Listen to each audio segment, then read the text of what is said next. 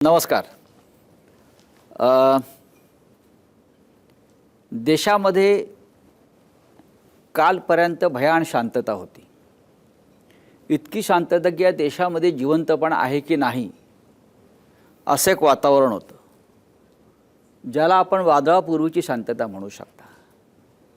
पण अचानक एक वादळ या देशामध्ये निर्माण झालं आणि त्या वादळाचा केंद्रबिंदू प्रधानमंत्री नरेंद्र मोदी यांच्या घरापासून अर्धा किलोमीटरवरचं जंतर मंतर.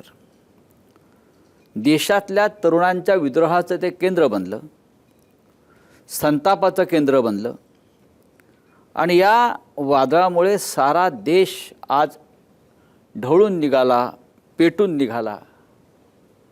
आणि ह्या वादळापुढे या देशातले चाणक्य म्हणून घेणारे नेते, विष्णूचे अवतार म्हणून घेणारे नेते हे निष्प्रभ ठरले.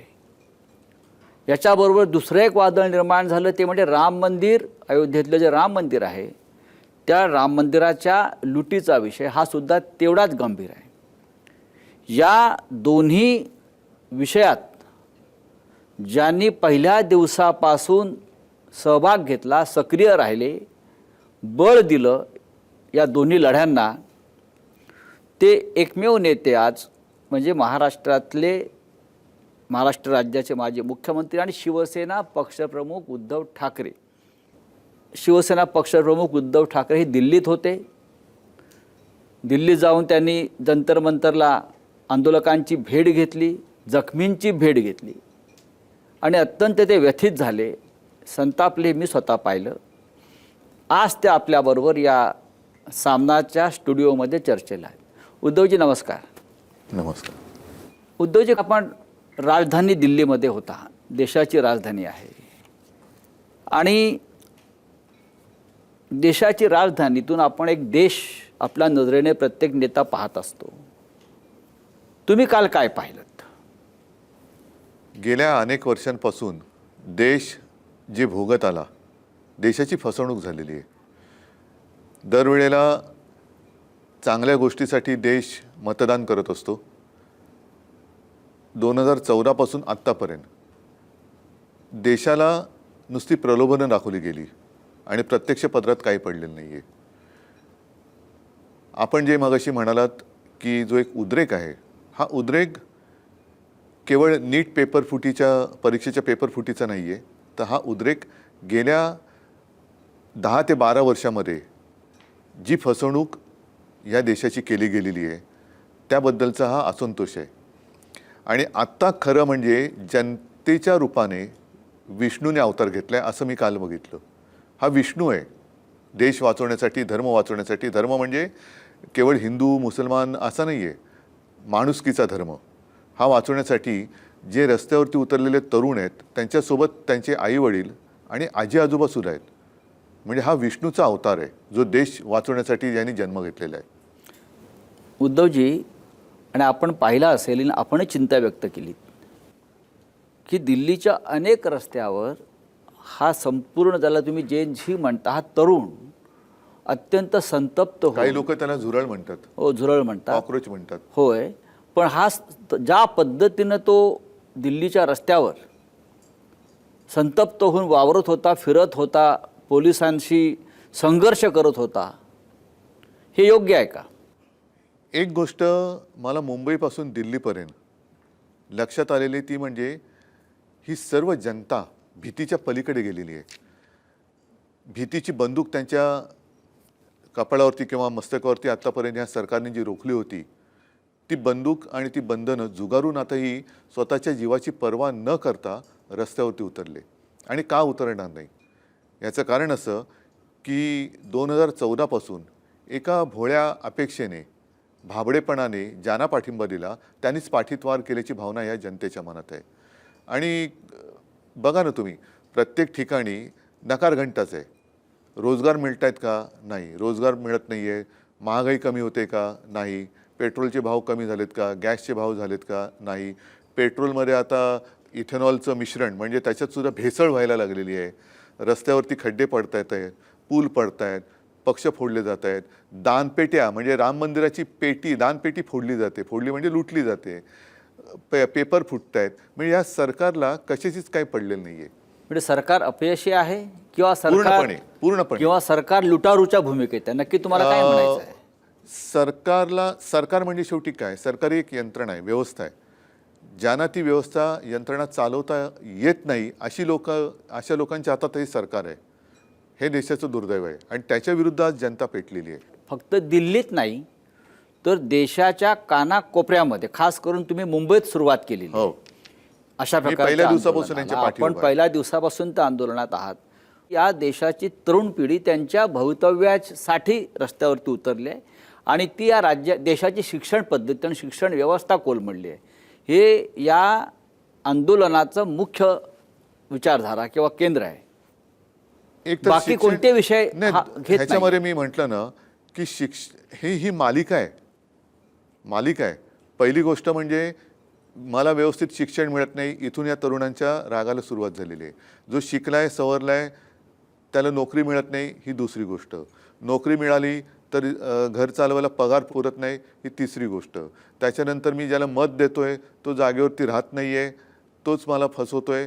स्वतःचे विकास होत आहेत पण मला साधी रोजीरोटी मिळत नाही आहे आणि त्याच्यावरती मीठ चोळलं जाते. ते असं आहे, पंतप्रधानांकडनं सांगितलं जातं की 80 देशात साधारणतः आता किती 150 कोटी असतील लोक, त्यातल्या 80 कोटी लोकांना हे फुकट रेशन देतात. म्हणजे तुम्ही त्या उपकार करतात का? कोणाला तुमचं काही फुकट नको आहे, त्यांना कष्ट करण्याची त्यांच्यात धमक आहे. त्या कष्टाला फक्त तुम्ही व्यवस्थित मान द्या, सन्मान द्या. आणि अशी मुलं जेव्हा रस्त्यावरती उतरतात त्यांची कॉकरोच म्हणून हेटाळणी केली जाते. अशी लोक काय लायकीची आहेत, ज्यांना म्हणजे तरुणांना कॉकरोच म्हणणारी लोक काय लायकीची? ही हेटाळणी या देशाच्या मुख्य न्यायाधीशांनी केली आहे. हो, पण ही अयोग्य आहे. कॉकरोच म्हणजे म्हणून मी म्हटलं ना की आपल्या देशाच्या स्वातंत्र्य संग्रामात अनेक क्रांतिकारिकांनी आपलं शहीद झालेत, जीव दिलाय, प्राण दिलाय. कोणासाठी दिला? काय वय होती त्यांची? ही जेनझीच म्हणजे ज्याला आपण आता जेनझी म्हणतो, तेव्हा तो शब्द नसेल मला माहिती नाही, कारण मी नव्हतो त्या काळामध्ये, आपणही नव्हतो. पण त्यांनी त्यावेळेला जर का देशाच्या स्वातंत्र्यासाठी घरादाराची प्राण्याची पर्वा न करता आहुती दिली असेल तर त्यांनी जीव दिला नसता, प्राण दिले नसते, ते शहीद झाले नसते तर ही खुर्चीची ऊब तुम्हाला उभवायला मिळाली असते का? म्हणजे हा त्यांचा अपमान आहे. छत्रपती शिवाजी महाराजांनी 17व्या वर्षी तोरणा जिंकला, ज्ञानेश्वरांनी ज्ञानेश्वरी लिहिली. मग त्यांचं कर्तृत्व हे तुमच्यापेक्षा कित्येक पटीने मोठं आहे. तुम्ही फक्त खुर्चीवर बसलात म्हणून आदरणीय असं नाहीये. नाही, ह्याला असं तुम्हाला खुर्चीबद्दल आदर जरूर आहे, पण त्या खुर्चीवर अशिक्षित लोक बसल्यामुळे खुर्चीचा मान वाढेल अशी वर्तवणूक जर कोण करणार नसेल तर त्याचा आदर कोणी ठेवणार नाही. या देशाचं नेतृत्व आत्ता सुद्धा जे काही मी वाचलं की काल त्यांच्यासमोर परवा जो काय लाठी हल्ला झाला, आपणही माझ्यासोबत होतात. अगदी एक मुलगी वेवळून सांगत होती, आक्रोश करत होती, म्हणजे उद्वेग होता की तिचे कपडे फाडले गेले. हो, मुलींना मारहाण करण्यात आली, अनेकांना काठीला खिळे लावून मारले. ह्याच्यामध्ये काही त्यांचे गुंड घुसवले जे सिव्हिल ड्रेसमध्ये होते पण त्यांच्या हातात पोलिसांचे दांडुके होते. म्हणजे मुलींना कशा पद्धतीने वागवलं, कशा पद्धतीने लाडक्या बहिणी किंवा लाडक्या मुली आहेत त्या सरकारच्या. ते व्हिडिओ सादर करू पाहत असताना कोर्ट सांगते आम्हाला पाहायला वेळ नाही. कोण आहात तुम्ही? कोण आहात? कोण तुम्ही? कोणासाठी बसल्यात तिकडे? हा प्रश्न विचारायचा नाही. म्हणजे तुम्हाला कुत्र्यांसाठी मांजरांसाठी सुमोटो सगळं करायला वेळ आहे, पण देशाच्या भविष्यासाठी त्यांच्यावरती होणाऱ्या अत्याचारांचे व्हिडिओ बघायला तुम्हाला वेळ नाही. म्हणजे धृतराष्ट्र झालात की काय तुम्ही? हे तुम्ही देशाच्या न्याय व्यवस्थेविषयी म्हणताय. हो, द्रौपदीने धृतराष्ट्राकडे न्याय मागण्यासारखं झालंय का आता? मग कशाला चंद्रचूडाने त्या न्यायदेवतेच्या डोळ्यावरची पट्टी काढली होती? का काढली? तुम्हाला काय वाटतं?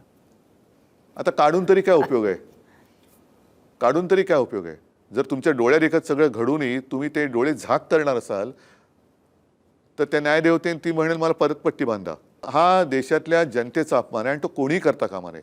सगळं त्यांच्याबद्दल काही बोललं तर लगेच हक्कभंग होतो किंवा मानहानी होते, पण माझ्या देशाच्या भविष्याशी तुम्ही टिंगल करताय, ही देशाची मानहानी आहे.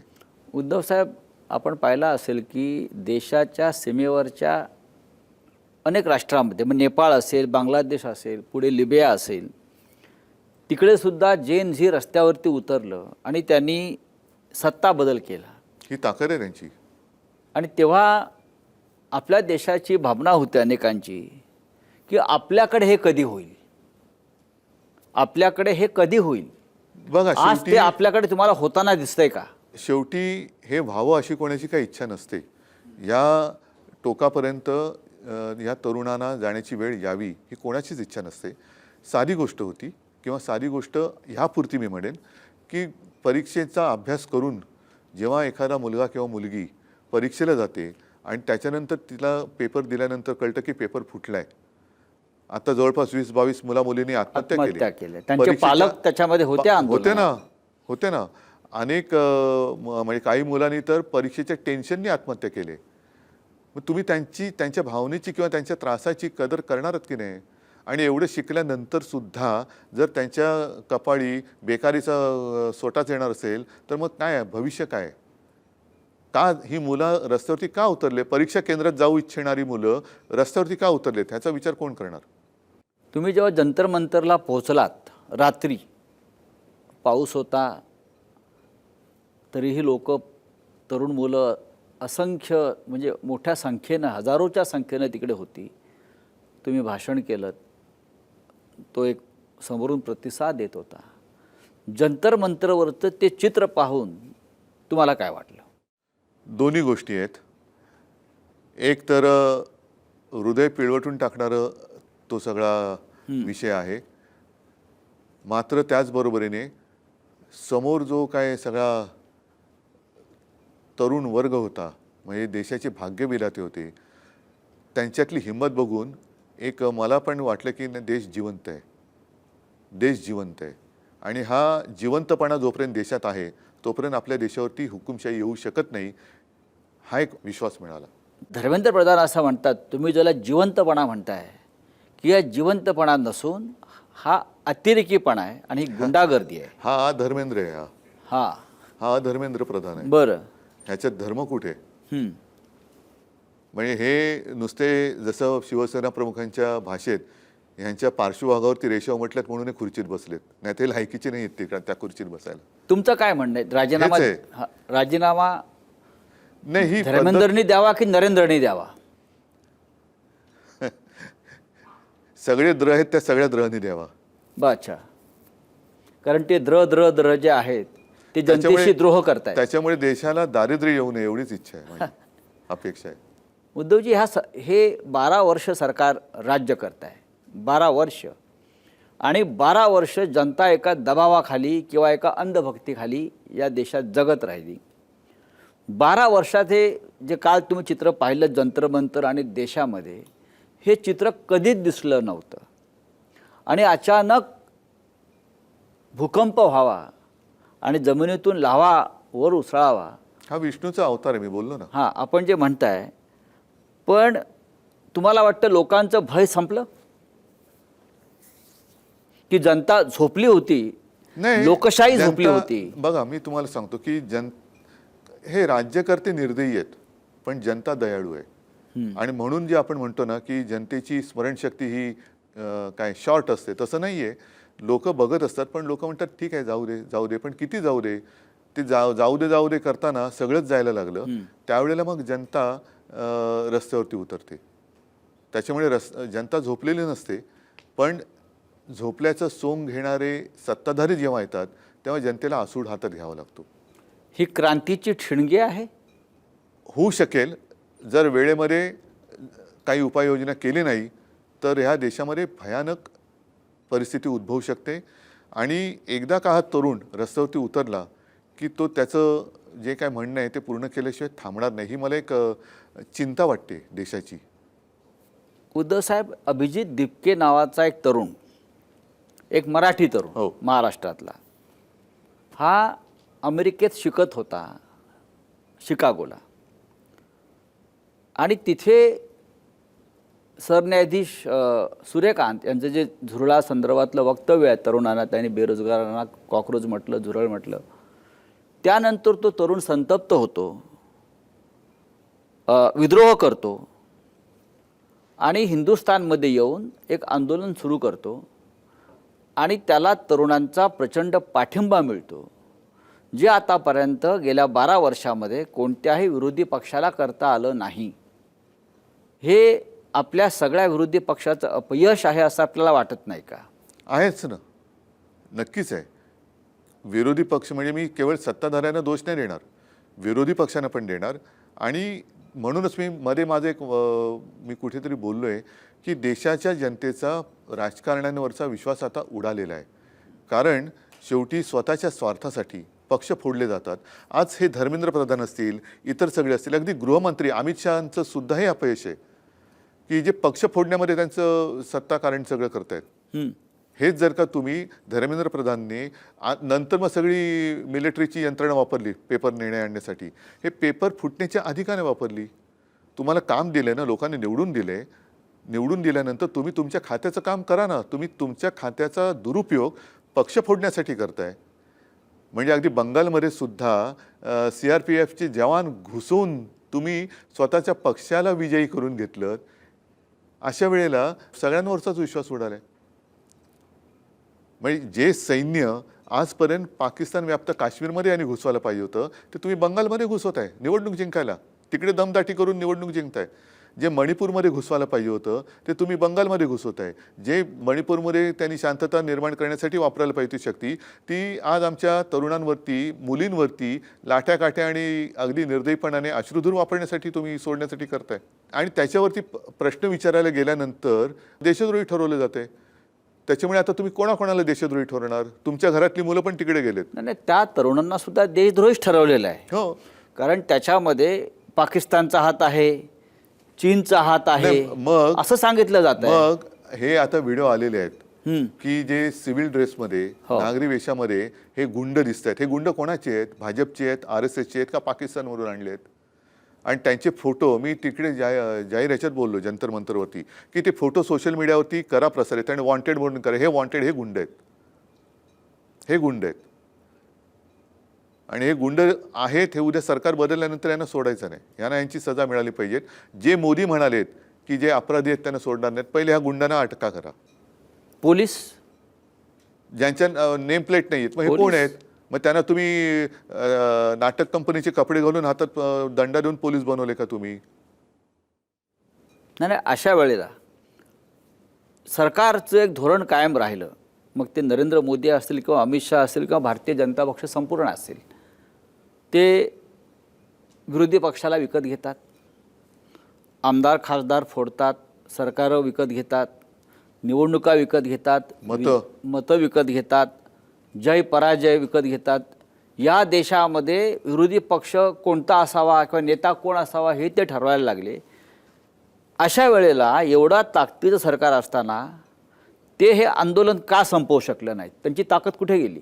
म्हणूनच म्हटलं की हा विष्णूचा अवतार आहे, हा रामाचा अवतार आहे. हे आंदोलन विकत नाही घेऊ शकले. आणि हे या निर्दयी रावण रूपी सरकारचा किंवा सरकार रूपी रावणाचा वध केल्याशिवाय आता हे थांबणार नाही. हा विष्णूचा अवतार. आणि जो आरोप केला जातो सातत्यानं की याच्यामध्ये परकीय हात आहे, तुम्हाला वाटतंय का? मला असं वाटतं की आता सरकारमध्ये परकीय हात आहे का, की जो आपल्या मुलांवरती लाठ्या चालवतोय, अश्रुधूर सोडतोय, ह्याच्यात म्हणजे आपलं सरकार कोण चालवतोय हाच आता एक संशोधनाचा विषय आहे. कोण चालवतंय? नाही, हा संशोधनाचा विषय आहे.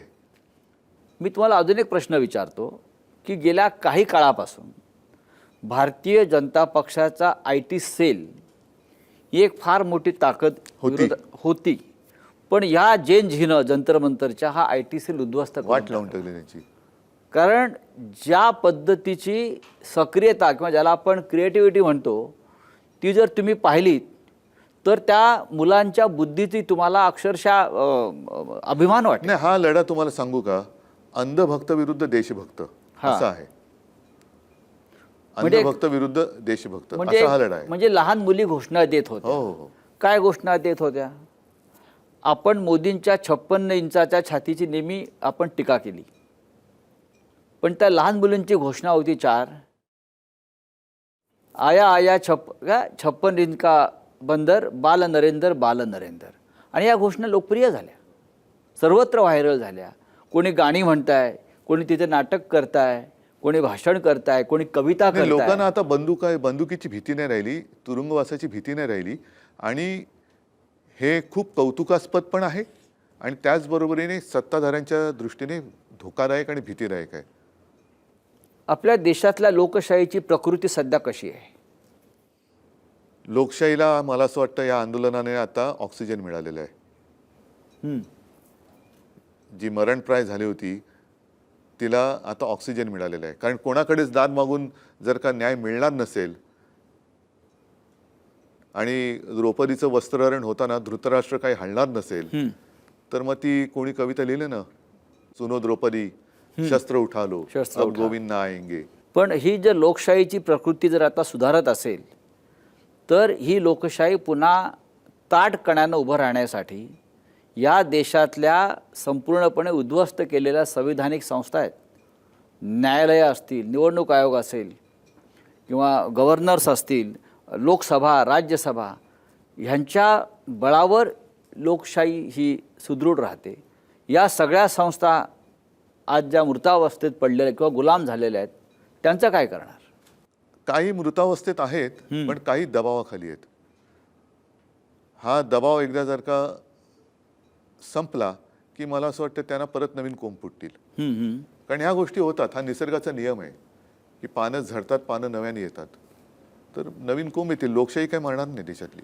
जंतर मंतरचे सगळ्यात मोठे पडसाद महाराष्ट्रात उमटले आणि ते शिवसेनेनं सगळ्यात आधी त्याच्यावरती एक भूमिका घेतली. तुम्ही किंवा आदित्य ठाकरे ह्याने नुसती भूमिका घेतली नाही तर आपण शिवाजी पार्वण शिवतीर्थावरती जो एक विराट असा तरुणांचा एक मेळावा घेतलात आणि त्याच्यामध्ये ज्या आपल्या भूमिका मांडल्यात त्याच्यामुळे अख्ख्या महाराष्ट्राच्या कानाकोपऱ्यामध्ये आता हे पडसाद उमटू लागलेले आहेत. तुम्हाला असं का वाटलं की आपण तात्काळ या तरुणांच्या आंदोलनाला पाठिंबा दिला पाहिजे?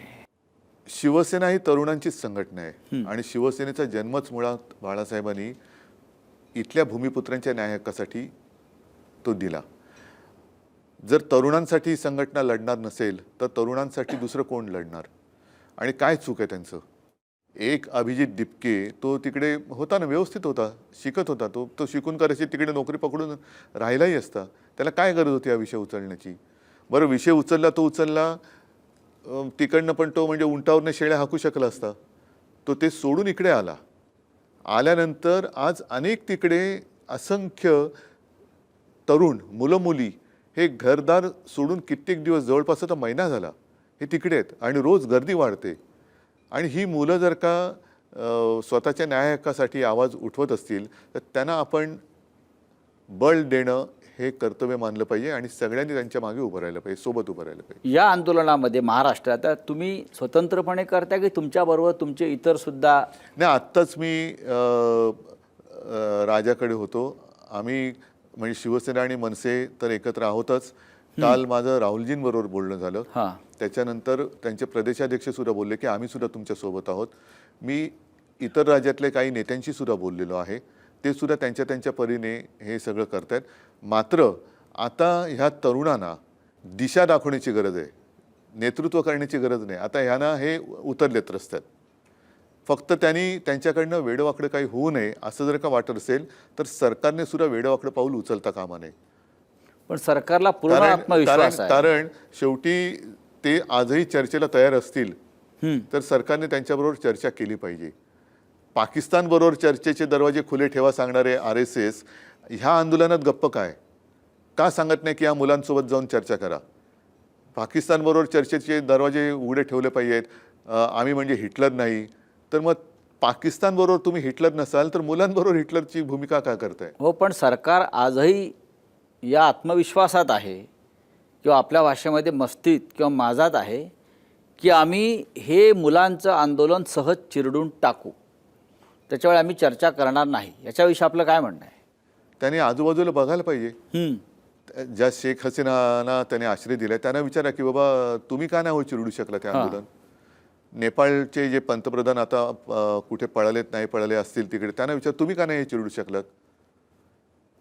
कारण देश म्हणजे दगडधोंडे नाही, तो देश म्हणजे देशातली जनता. आणि ती जनता लोकशाहीमध्ये जसं जनता मत देते, तर मत देण्याचे आणि मत व्यक्त करण्याचे जनतेला प्रकार माहिती आहेत. सोनम वांगचूक हे आंदोलनाचे नेते आहेत. सरकारनं त्यांना जबरदस्तीनं इस्पितळात घेऊन गेले. त्यांचं असं म्हणणं आहे की हा देशाच्या दुसऱ्या स्वातंत्र्याचा लढा आहे. हे आपल्याला मान्य आहे का? असं आहे की पहिलं स्वातंत्र्य दुसरं स्वातंत्र्य असं करण्यापेक्षा मी म्हणेन हा स्वातंत्र्य टिकवण्याचा लढा आहे. आपण स्वतंत्रच आहोत, पण ह्या स्वातंत्र्यावरती जर कोणी कब्जा करण्याचा प्रयत्न करत असेल तर ते पाश आवडले जाण्याच्या आधी तोडणं, म्हणून हे स्वातंत्र्य ही टिकवण्याची लढाई आहे. हे जरी आपण टिकवत असाल तरी आपण एक प्रमुख राजकीय पक्षाचे प्रमुख आहात आणि प्रत्येक आंदोलनामध्ये प्रत्येक राजकीय पक्ष, मग विरोधी पक्ष, मग राहुल गांधी असतील, अखिलेश यादव असतील, ते राजकारणाचा विचार नक्कीच करतात याचे पुढले परिणाम काय होतील. हे आंदोलन सुरू असताना तुमच्यासमोर निवडणुकांचा विचार आहे का? कारण कारण कारण लोकसभा असतील, विधानसभा असतील, अजून 2.5 वर्ष आहेत. हो, 2.5 वर्ष या आंदोलनाची धग तुम्ही टिकवू शकाल? पण तोपर्यंत मग अशी मुलं जाताना बघत बसायचं, पेपर फुटताना बघत बसायचं, मुलांचे आयुष्य उद्ध्वस्त होताना बघत बसायचं. 2.5 वर्ष शेवटी- तुम्ही काय करणार आहात? समजा उद्या सरकारनं आंदोलन थंड केलं, हे करू देत. उद्या नरेंद्र मोदी एखाद्या मंदिरात जातील, तपाला बसतील, तपश्चर्या करतील, बाहेरून म्हणतील मी प्रायश्चित घेतलं आणि बघा. परत अंधभक्त टाळ वाजवायला लागतील. नाही, आता म्हणून म्हटलं ना की शेवटी आपण कशासाठी जगतो आहोत हा विचार जनतेने केला पाहिजे. जर मी जनतेसाठी लढत असेन तर मी निवडणुकीचा विचार न करता मुलांच्या न्याय हक्कासाठी रस्त्यावरती आलं पाहिजे किंवा त्यांच्यासोबत राहिलं पाहिजे. आता आपण आपलं काम करावं, हे आंदोलन थंड व्हावं म्हणजे कसं की चांगल्या पद्धतीने मिटावं अशी माझी आजसुद्धा इच्छा आहे. मला असं नाही वाटत की या देशामध्ये दंगेधोपे व्हावेत, ह्या देशात हिंसाचार व्हावा, असं मला अजिबात वाटत नाही. या मुलांच्या मागणीकडे तुम्ही माणुसकीच्या नजरेने बघावं, त्यांच्यासोबत जाऊन बसावं, बोलावं आणि आंदोलन संपवावं. बघू पुढच्या वेळेला 2 वर्षांनी जे विषय असतील ते राजकीय विषय राजकारणात घेऊ. पण मुलांचं आयुष्य पणाला लावून तुम्ही राजकारण करणार असाल तर तुम्ही पापी आहात. मला माझ्या राजकारणासाठी मुलांचे जीव नाही घ्यायचे. शिवसेना 60 वर्षाची झाली आणि या 60 वर्षामध्ये शिवसेनेनं अनेक आंदोलनं केली आणि ती सगळी आंदोलनाचा केंद्रबिंदू हा तरुण वर्गच होता. शिवसेना प्रमुखांनी जेव्हा पक्षाची स्थापना केली तेव्हाही ते तरुणांचेच नेते होते. या देशातल्या तरुणांमध्ये ती शक्ती परिवर्तनाची अजूनही आहे असं आपल्याला वाटतं का? हो, ती दिसते. कारण शिवसेना प्रमुख जे म्हणायचे की शरीर थकत जातं, वय वाढत जातं, पण ज्या दिवशी तुम्ही मनाने थकाल, मनाने वृद्ध व्हाल तेव्हा तुम्ही संपलात. तुमचं वय हे निसर्गाचं आहे, पण मनाचं तारुण्य टिकवणं, आणि तारुण्य म्हणजे काय की आत्ताच्या मुलांबरोबर त्यांच्या वेदना समजून घेतल्या पाहिजेत, त्यांच्या व्यथा समजून घेतल्या पाहिजेत. त्या जर का तुम्ही समजून घेत असाल तर तुम्ही त्यांचे नेते होऊ शकाल. नाहीतर तुम्ही तरुणात पण त्यांना समजूनच घेत नाही तर काय उपयोग आहे तुमच्या वयाचा? उद्धवजी, अजून एक महत्त्वाचा विषय या देशात सध्या नव्हे तर जगभरातल्या हिंदूंमध्ये खास करून हा चर्चेला जातोय किंवा त्याविषयी पण प्रचंड संताप आहे.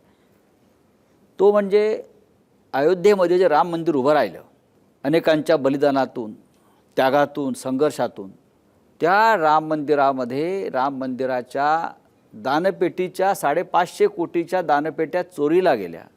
राम मंदिरामध्ये देणग्यांचा अपहार झाला आणि हा अपहार जवळजवळ 13,000 कोटीचा आहे. प्रत्यक्ष रामाची किंवा राम मंदिराची ही लूट जेव्हा समोर आली किंवा आत्ता त्याच्यामध्ये सुद्धा लोक संताप व्यक्त करतात, ह्याच्यावर तुमचं काय मत आहे? राम मंदिर लुटलं गेलं.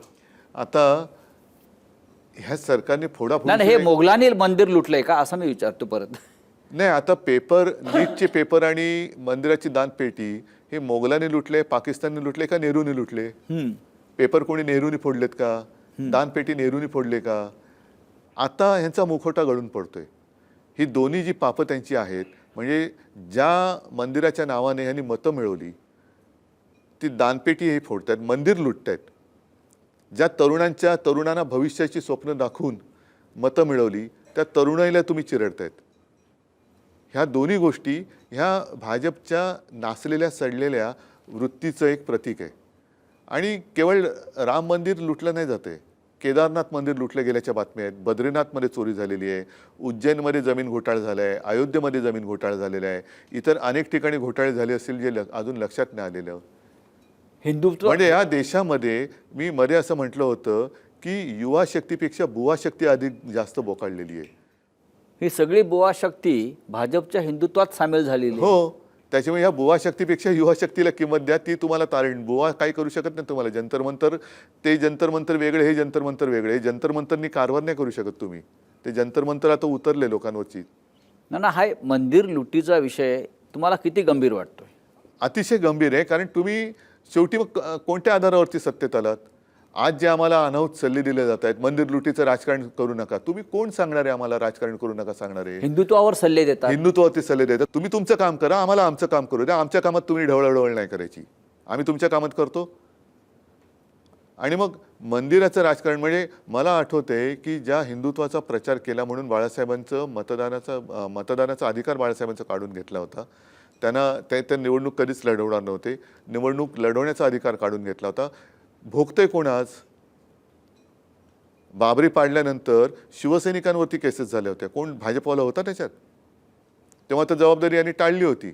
बरं, राम मंदिराचा निर्णय हा कोर्टाने दिलाय, मग का तिकडे तुम्ही बसलात? राष्ट्रपती का नव्हत्या? मग ते सगळं चांगलं आहे ते तुमचं, आणि जे वाईट आहे ते पाकिस्तानचं. याला काहीच अर्थ नाही आहे. त्याच्यामुळे तुम्ही आम्हाला फसवलत, धर्माच्या नावाने मतं मागून फसवलत, चांगली भविष्याची स्वप्न दाखवून तुम्ही आम्हाला इतिहासात नाही पुराणात नेलं. लोकांनी तुम्हाला मतं दिली होती ती उज्ज्वल भविष्यासाठी. अच्छे दिन आएंगे, कुठे आहेत अच्छे दिन? अच्छे दिन मंदिर लुटणाऱ्यांना आलेच ना. या पैशातून आमदार खासदार विकत घेतले असं लोक आता चेष्टेने म्हणायला आता लागले. पेट्रोलमध्ये भेसळ करायला लागला तुम्ही, इथेनॉलची. गाड्या बिघडत आहेत, कष्टाने कमाई करून जे गाडी घेत आहेत, स्कूटर घेत आहेत, त्यांच्या गाड्या बिघडत आहेत. त्यांना जबाबदार कोण? बरं, ते भेसळयुक्त पेट्रोल वापरून ज्या रस्त्याने जात आहेत त्याच्यात 200 वर्ष खड्डे पडणार नव्हते, ते आता पूल पडत आहेत. खड्डे तर सोडा, पूल पडत आहेत. नाही, तुम्ही आता राम रक्षा आंदोलन सुरू केलेलं आहे. कारण राम रक्षा करणं हे आमचं काम आहे. हां. राम रक्षा बोलणं हे आमच्या मुख्यमंत्र्यांचं काम आहे. ते काम त्यांच्यावरती सोपवलेलं आहे. रामाचं संरक्षण तुम्ही करायला निघालेलं आहात. ह्याच्यावर एक टीका होते आहे की रामाचे संरक्षण करणारे तुम्ही कोण? तुम्हाला अधिकार दिला कोणी? आम्ही राम बघतो. स्पष्ट बोलायचं, राम काय तुमच्या बापाचं आहे? बापाचं आहे का? राम आमचा सगळ्यांचा आहे. आणि तुम्ही रामाच्या आडून पापं करताय. आम्ही राम रक्षक आहोत, आम्ही रामाचे रक्षक आहोत. जो राम आम्ही आमची रक्षा करण्यासाठी म्हणून त्याचा धावा करतो. आज मग ह्यालाच तर कलियुग म्हणतात. उद्धव साहेब, आपण जी राम रक्षा आंदोलनाची सुरुवात मुंबईतून केली आणि एकदम तुम्ही नागपूर निवडलं. एकदम नागपूर देशाच्या मध्यवर्ती ठिकाणी आहे ना. म्हणजे नागपूरला गेल्याचं अनेकांना नाही. आता मला काय झालं, आपल्याकडे ना शब्दखेळ करणारे खूप आहेत. आता त्याच्यावरनं सुद्धा मला मुख्यमंत्री म्हणाले की यांना रामरक्षा पाठ नाही आहे. नाही मला पाठ, पण म्हणून मी काय यांच्यासारखं टेलिप्रॉम्प्टर लावून रामरक्षा म्हणू? मला माझ्या मनाची जी काय गोष्ट आहे ती बोलता येते ना न वाचता. पण मी रामरक्षा करणाऱ्या लोकांचा प्रतिनिधी म्हणून तिकडे गेलेलो आहे. आश्चर्यकारकरित्या या राम मंदिर लुटीचा विषय काँग्रेस पक्षानं उचलून धरला, समाजवादी पक्षानं उचलून धरला, इतरसुद्धा अनेक राजकीय पक्षांनी या विषयाला महत्त्व दिलं आहे राष्ट्रीय स्तरावर. हा एक तुम्हाला बदल दिसतोय का विचारसरणीत होत असलेला? हळूहळू लोक असेल, माझ्या विचारात तर काय बदल नाही झालेला. मी पहिल्यापासून आमचं हिंदुत्व जे माझ्या आजोबांपासून चालत आलेलं, माझ्या वडिलांपासून आलेलं आहे, बाळासाहेबांनी सांगितलेलं आहे, तेच हिंदुत्व घेऊन मी पुढे चाललेलो आहे. आणि बाळासाहेबांच्या हिंदुत्वामध्ये ही एक गोष्ट होती राज्यकारभाराच्या दृष्टीने. ते आता व्हिडिओ सगळीकडे फिरत आहेत की जर का आपलं सरकार असताना मोर्चे आले तर एका मर्यादेच्या इकडे तुम्ही अडवा, पण त्याच्यानंतर त्यांच्यावरती लाठी नाही उगारायची. सामोरे ज्या विषयाशी संबंधित तो मोर्चा असेल त्या विषयाचा मंत्री त्यांना जाऊन भेटेल आणि त्यांना विचारेल, मायबाप जनव बोला काय पाहिजे, समजवा त्यांना, त्यांचं काय पाहिजे ते ऐका, हवं नको ते त्यांना नीट विचारा. हे आमचं हिंदुत्व आहे. तिकडे राम मंदिराच्या दानपेट्या लुटल्या, मतपेट्या लुटल्या. दानपेट्या लुटल्या, नाही नाही, इतर निवडणुकीत मतपेट्या लुटल्या. पेट्याही लुटल्याच, म्हणजे सगळंच लुटलं. आणि महाराष्ट्रात आपल्या 6 खासदारांवरती दरोडा पडला. याकडे तुम्ही कसं पाहता? मी मगाशी म्हटलं ना की ह्यांना कारभार चालवता येत नाही आहे आणि चालवायचा नाही आहे. यांना सत्ता कशासाठी पाहिजे हेच कळत नाही आहे. सत्ता कशासाठी एवढी संपूर्ण, म्हणजे तुम्ही सत्तांध आहात. सत्ता मिळवण्यासाठी निवडणूक लढणं राजकारणामध्ये आहेच, त्याच्यात काही गैर नाही आहे. पण तुम्हाला लोकांनी मतदान केल्यानंतर त्याही पलीकडे जाऊन तुम्ही फोडाफोडी करताय. बरं, फोडाफोडी करून तुम्ही पेपर पण फोडताय, दानपेट्या फोडताय. मग कशाला मतदान? तुम्हाला बहुमत पाहिजे. बहुमत आहे ना, सरकार आहे. 12 वर्ष तुम्ही पंतप्रधान आहात.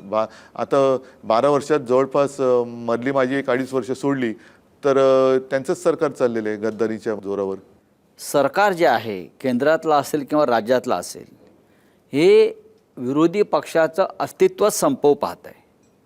विरोधी पक्षांना काही कामच ठेवायचं ते बोललेच आहेत ना, त्यांचे नड्डा वगैरे तेव्हा बोललेच होते. तुम्ही आमदार खासदार निवडून आणायचे आणि भाजपनं किंवा मेंढ्याने ते पळवायचे किंवा विकत घ्यायचे, असं त्यांनी एक धोरण ठरवलेलं दिसतंय. ते जरी असलं, म्हणूनच मी मगाशी म्हटलं ना, आपला जो प्रश्न होता की राजकीय पक्षांवरचा लोकांचा विश्वास उडाला का, तर लोकांना यांना धडा शिकवायचा आहे की तुम्ही फोडून काय फोडाल. आम्ही तुमच्या विरोधात मतदान करून दिलेले आमदार, नगरसेवक, खासदार फोडत असाल तर आम्ही तुम्हाला पूर्णपणे बदलून टाकतो, उखडून टाकतो देशातून तुम्हाला. म्हणून या एका निश्चयाने जनता रस्त्यावरती उतरली. कारण हे जे तुमचे विरोधक काय टीका करतात तुमच्यावर, की ठाकरेंना त्यांचे खासदार सांभाळता येत नाहीत. तुम्हाला तुमचा कारभार कुठे सांभाळता येतोय? तुम्हाला कारभारच करता येत नाहीये. आणि आज गृहमंत्री तरी कुठे आहेत? दिसतायत कुठे? नाहीच ना. महाराष्ट्रात पण नाही, देशात नाही. पण नाही आहेत. मुलामुलींवरती अत्याचार करणारं सरकार. दिल्लीचं गृह खातं आहे कोणाकडे? जर का नीट पेपर फुटीवरनं धर्मेंद्र प्रधानांचं अपयश आपण मानलं आणि त्यांचा राजीनामा मागतोय, तर या मुलींवरती विचित्र पद्धतीने लाठीमार करणाऱ्या गृहमंत्र्याचा सुद्धा राजीनामा मागितला पाहिजे. हा जो राजकारणाला गद्दारीचा रोग जडलेला आहे, फार खोलवर तो कॅन्सर वाढत गेलेला आहे, हा कसा संपेल? त्याच्यासाठी तर या विष्णूचा अवतार उतरलाय रस्त्यावर. हा विष्णूचा अवतार आहे. अशा प्रकारच्या राजकारणाची आपण कधी कल्पना केली होती का? गेल्या काही दिवसापासून येत होती. जेव्हा शिवसेना हा पक्ष फोडला, पक्ष चोरला. आता ह्याच्यामध्ये एक सांगतो तुम्हाला, शिवसेनेचं नाव आणि निशाणी हे गद्दाराला दिली. निशाणी ही गोठवली पाहिजे आणि नाव दुसऱ्याला देण्याचा अधिकार निवडणूक आयुक्ताच्या बापाला नाही. तो मी मानायला तयार नाही. हे मी ऑन रेकॉर्ड बोलतोय. कारण शिवसेना हे नाव माझ्या वडिलांनी दिलेलं आहे. ते बदलण्याचा अधिकार ह्या देशात कोणालाही नाही आणि तो मी ऐकणारच नाही, मानणारच नाही. तेव्हा शिवसेना ही शिवसेनाच आहे. ती दुसरी आहे ती शहासेना आहे. त्याला तुम्ही शहासेना द्या, नाव द्या आणि त्यांना काय तोफ द्या, अणुबॉम्ब द्या, विमान द्या, राफेलचं निशाणी म्हणून, चालेल मला. याला न्यायालय किती जबाबदार आहेत? आता मधल्या काळामध्ये सगळेच म्हणतात ना की न्यायालयाने, म्हणजे हेच आत्ताचे जे सरन्यायाधीश आहेत तेच म्हणाले की न्याय नाकारणं म्हणजे न्याय नष्ट करणे, डिस्ट्रॉय करणे. कारण आता नवीन केस झाली आमची 6 खासदारांची. हो, तेच मी विचारतो. पहिला निकाल लागायचा आहे आणि दुसरी केस चालू झाली. या सगळ्याचा निकाल, पहिल्याचा निकाल लागत नाही. या सगळ्याचा निकाल आता ही जनता लावेल. हा जो पैशाचा खेळ महाराष्ट्राच्या राजकारणात सुरू झालेला आहे, हा इतका पैसा येतो कुठून? 50-50 कोटीला जर आमदार खासदार विकले जातात, 50 कोटी लहान रक्कम नाही आहे उद्धवजी, तुम्हालाही माहिती आहे. हा पैसा एवढा कुठून येतो? का मिसिंग लिंकमधून येतो, की खड्ड्यातून येतो, का घरी छापतात, की घरी छापतात, का पाकिस्तानातून येतो? नाही, हे एकदा लोकांना कळलं पाहिजे. तुमचं काय माहिती, हा पैसा येतो कुठून? सरकार बदलल्यानंतर पहिला शोध तोच लावावा लागेल. हा पैसा आला कुठून आणि गेला कुठे? कारण हे फार फार वाईट चाललेलं आहे. म्हणजे तुम्ही काही करा, मी तुम्हाला विकत घेऊ शकतो, ही मस्ती फार वाईट आहे. पण महाराष्ट्रात बदल घडतील असं वाटतं भविष्यात आपल्याला? माझं म्हणणं आहे की देशातच बदल होईल. बरं, एकतर भाजपने, तुम्ही आशावादी आहात? एकतर भाजपने स्वतःला बदलावं, नाही तर देश त्यानं बदलेल. राज ठाकरे महापालिकेत तुमच्याबरोबर होते, नंतर ते फार दिसले नाहीत. पुढल्या घडामोडीमध्ये आता रविवारी आम्ही आहोत नाही हां, अच्छा, आपण मोर्चा काढताय हो. ना, विधानसभा असतील किंवा लोकसभा असतील किंवा महाविकास आघाडी असेल, इंडिया ब्लॉक काय म्हणताय? इंडिया ब्लॉक सध्या ब्लॉक झालेले आहे. पण ब्लॉक जर झाला असलं तरी तुमच्यासारखे नेते त्या ब्लॉकमध्ये आहेत. आमचा प्रयत्न सुरू आहे. झुरळ जनता पार्टीचं भविष्य काय? बघा, शेवटी ही एक आंदोलनाची ठिणगी आहे. तुम्ही असं समजू नका लगेच की झुरळ जनता पार्टी निवडणूक लढवेल, कॉक्रोच जनता पार्टी सत्तेवर येईल. शेवटी ती आज मुलं आहेत. ते एका उद्वेगाने रस्त्यावरती उतरलेत आणि त्यांना कॉक्रोच म्हटल्याचा एक त्यांना भयंकर राग आलेला आहे. तो राग आत्ता व्यक्त होतोय. लगेच त्यांनी ते देशात काय राज्य करतील, काय करतील, हा पुढचा विषय आहे. ते त्यांना ठरवू द्या. पण आत्ता मला असं वाटतं की आपण सगळ्यांनी यांच्यासोबत राहणं गरजेचं आहे. नाहीतर हे जे बसलेत, ज्यांना मी माझ्या रविवारच्या भाषणात सत्तेला चिकटलेल्या गोचिड आणि लोकशाहीचं रक्त पिणाऱ्या गोचिडी म्हणतोय, हे सगळं रक्त शोषून घेतील आणि मग आपल्याला कोण वाचवणार नाही. शिवसेनेच्या राजकारणाची पुढली दिशा काय आहे? पुढली दिशा जे आहे त्याच दिशेने वाटचाल करणं, न थकता न थांबता. कार्यक्रम काय आहे? तरुणांच्या मागे उभं राहत आलेलो आहे आणि जसजसे विषय येतील तसतसं योग्य अयोग्य करत त्यांच्या सोबत राहणं. नुकताच तुम्ही 6 जिल्ह्यांचा दौरा केलात आणि तो फार मोठा दौरा होता. तुम्ही नागपुरात सुद्धा जाऊन आलात. हो, तुम्ही दिल्लीत काल जाऊन आलात आणि जंतर मंतरच्या हजारो आंदोलकांना भेटलात. मला जिथे जिथे जाणं आवश्यक वाटेल तिथे मी जाणार, लोकांना भेटणार, मी जाणार. राम रक्षा आंदोलन चालूच राहणार. राम रक्षा आंदोलन चालूच राहणार. याचं कारण असं की कदाचित मला अशी आता भीती वाटते की ह्या प्रकरणाचा एक काय खोटा तपास केला जाईल. काही जणांना उगाचच लटकवलं जाईल, बाकीच्यांना क्लीन चिट देऊन ह्या विषयावरती पांघरून टाकण्याचा प्रकार होईल आणि पुन्हा त्या पांघरुणाखालनं चोऱ्या चालू राहतील. तर तिकडे पूर्ण पारदर्शकपणाने तपास तर झाला पाहिजे, पण पुढची जी काही सिस्टीम ज्याला म्हणतो ती पारदर्शक असली पाहिजे. म्हणजे आणि म्हणून माझा एक असा विचार आहे, आता ते सगळ्यांनी मान्य करणं, ज्यांचं नाव घेतो त्यांना पण ते मान्य असलं पाहिजे की हा सगळा मंदिर लुटीचा तपास हा निवृत्त न्यायमूर्ती अभय ओक यांच्या माध्यमातून आपण बोललात त्या आधी, कारण ते अत्यंत जाहीरपणे. निपक्षपातीपणाने याचा तपास आणि न्यायनिवाडा करू शकतील असं मला वाटतं. आता हा विषय त्यांचा आहे आणि ज्यांच्या हातात सत्ता आहे त्यांचा आहे. आपण हिंदुत्वाचे चौकीदार म्हणून काम करू इच्छिता असं मला वाटतंय. नाही, इकडे चौकीदार कोणी नाही आहे. कारण आता तो चौकीदार हा शब्द फार बदनाम झालेला आहे. कारण तिकडे राम मंदिरामध्ये सुद्धा चौकीदार असताना सुद्धा चोऱ्या झाल्यात. त्याच्यामुळे बाबा मी जसा आहे, मी देशभक्त हिंदू आहे, त्याच्यामुळे मी आहे तसंच मला राहू द्या. बोलण्यासारखं खूप काही आहे, पण माझं सगळ्यांना एक आवाहन आहे की आत्ताच आपण जागे झाला असाल तर ह्या तरुणांच्या पाठीशी उभे राहा. कारण हे आपल्या देशाचं भविष्य आहे.